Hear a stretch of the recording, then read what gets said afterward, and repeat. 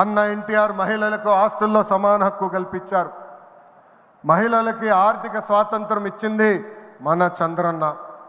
గత ప్రభుత్వంలో శాసనసభ సాక్షిగా తల్లిల్ని అవమానించారు. సొంత తల్లిని చెల్లిని మెడబెట్టుకుని బయటికి గెంటేశారు. అర్థమైందా రాజా?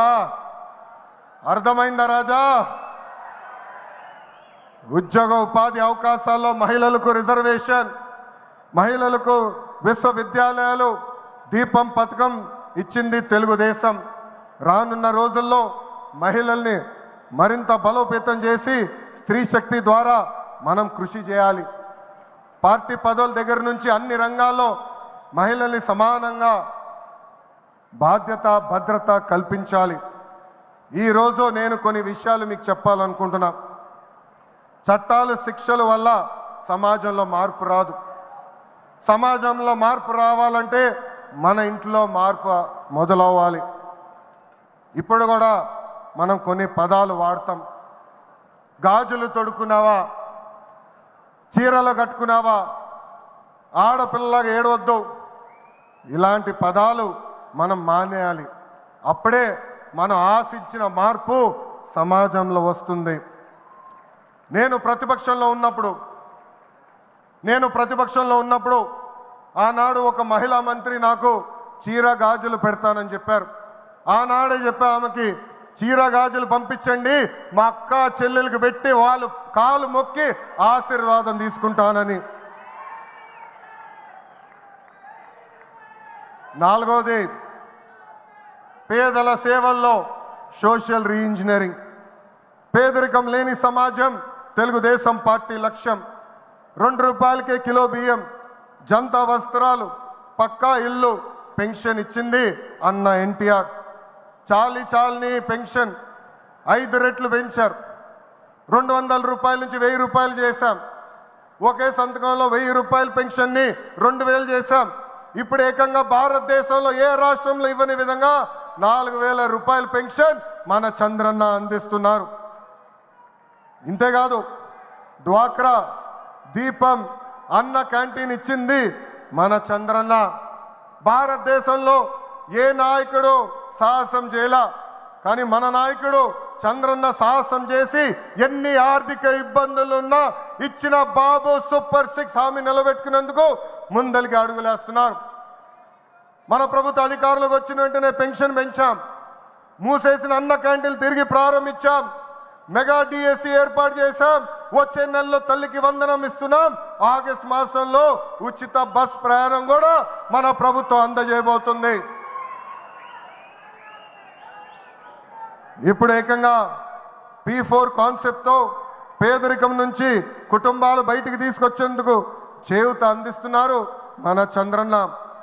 తెలుగుదేశం పార్టీ ఆవిర్భావం తర్వాత బడుగు బలహీన వర్గాలకి ఆర్థిక రాజకీయ స్వాతంత్రం వచ్చింది. పార్టీకి పునాదిగా ఉన్న మన బీసీలకి ఏకంగా స్థానిక సంస్థల ఎన్నికల్లో 33% రిజర్వేషన్ అందించింది తెలుగుదేశం పార్టీ. అందరికీ ఆమోదంతో ఏకంగా వర్గీకరణ చేసింది కూడా తెలుగుదేశం పార్టీ. అందుకే ప్రతి వర్గానికి న్యాయం చేయాలి, సోషల్ రీఇంజనీరింగ్ చేయాలనే లక్ష్యంగా మనందరం పెట్టుకోవాల్సిన అవసరం ఉంది. ప్రస్తుత పరిస్థితుల్లో అన్ని కులాలకు సామాజిక సమన్వయం కూడా అవసరం ఉంది. 5వది, అన్నదాతకు అండగా. రైతులు లేకపోతే సమాజమే లేదు. ఈ సిద్ధాంతం బలంగా నమ్మే పార్టీ తెలుగుదేశం పార్టీ.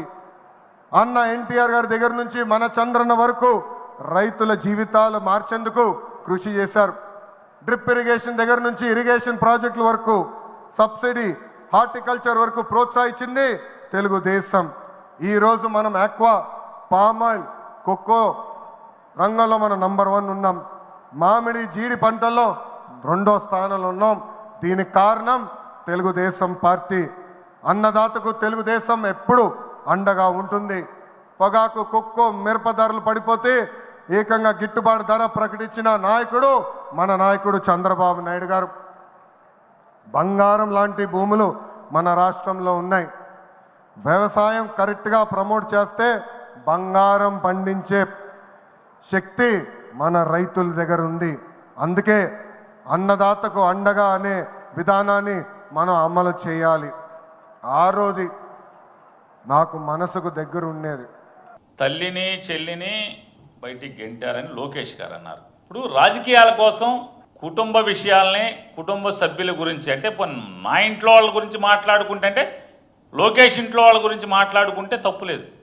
కానీ ప్రత్యర్థుల ఇళ్లలో కుటుంబ సభ్యుల గురించి, వాళ్ళ ఇంట్లో జరగని విషయాలు జరిగినట్టుగా చిత్రీకరించడం, ఇట్లాంటి దిగజారి తప్పుడు రాజకీయాలు చేస్తే, మేము కూడా అటువంటి ప్రశ్నలే వేయదలుచుకుంటే, లోకేష్ లాగానే దిగజారి మేము కూడా మాట్లాడదలుచుకుంటే మాట్లాడలేమా?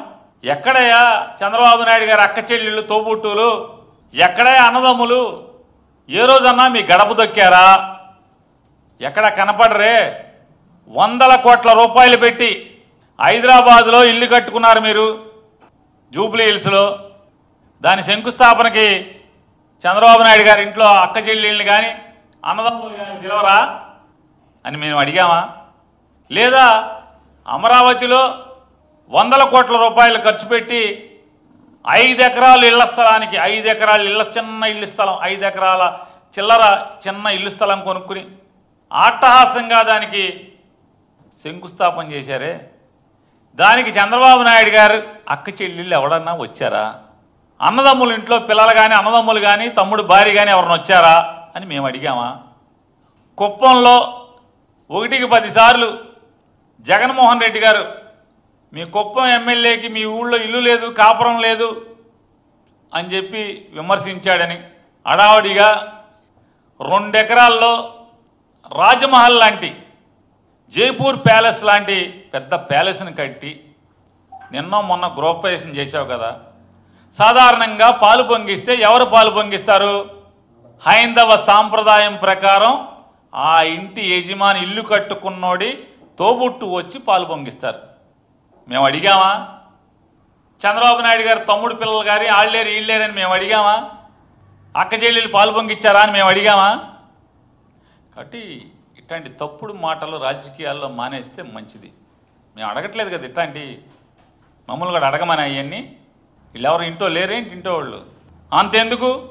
ఏనాడన్నా లోకేష్, సర్వశ్రీ లోకేష్ నాయుడు గారు రేపో మాపో తండ్రి కాళ్ళు పట్టుకుని కుర్చీలోంచి కిందకి లాగా కుర్చీలో కూర్చోబోతున్నారే, ఆయన ఏ రోజైనా నేను నారా ఏం నాయుడు గారండి, చంద్రబాబు నాయుడు గారు తండ్రి పేరు ఖర్జూర్ నాయుడు గారు, నారా ఖర్జూర్ నాయుడు గారు మా తాత, నారా ఖర్జూర్ నాయుడు గారు మనవణ్ణి అని ఏ ఒక్కరోజన్నా మీరు చెప్పారా? 100 కోట్ల విలువ చేసేటువంటి మదీనాగూడలో ఆవిడికి కూతుళ్ళు, కొడుకులు వేరే వాళ్ళు ఉండంగా కూడా, వాళ్ళ పిల్లలందరూ ఉండంగా కూడా నారా చంద్రబాబు నాయుడు గారి కొడుకు లోకేష్ నాయుడు గారికి మాత్రమే గిఫ్ట్ ఎందుకు ఇచ్చారు? కొన్ని గిఫ్ట్ తీసుకున్నావు కదా, మా నానమ్మ అమ్మనమ్మ అని చెప్పి పేరు కరెక్టో లేదన్న తెలియదు, ఆళ్ళు ఇళ్ళు చెప్పగా లేదా టీవీల్లో వినగా చెప్తున్నా, నేను అమ్మనమ్మ గారి మనవణ్ణి అని ఎప్పుడన్నా చెప్పాడా? ఇవన్నీ మేము అడిగామా? నందమూరి తారక రామారావు మా అమ్మ, నందమూరి తారక రామారావు గారు మీకు సంబంధం ఏంటి? హరికృష్ణ గారికి సంబంధం, బాలకృష్ణ గారికి సంబంధం, లేదా ఇంకో మిగతా కొడుకులకి సంబంధం అని మేము అడిగామా? కాబట్టి ఇట్లాంటి ఇళ్లలో రాజకీయాలు, ఇంట్లో సంబంధాలు, ఇంటి వ్యవహారాలని మాట్లాడటం పద్ధతి కాదు. రాజకీయాల కోసం పద్ధతి కాదు అని చెప్పి వారికి హితవు చెప్తూ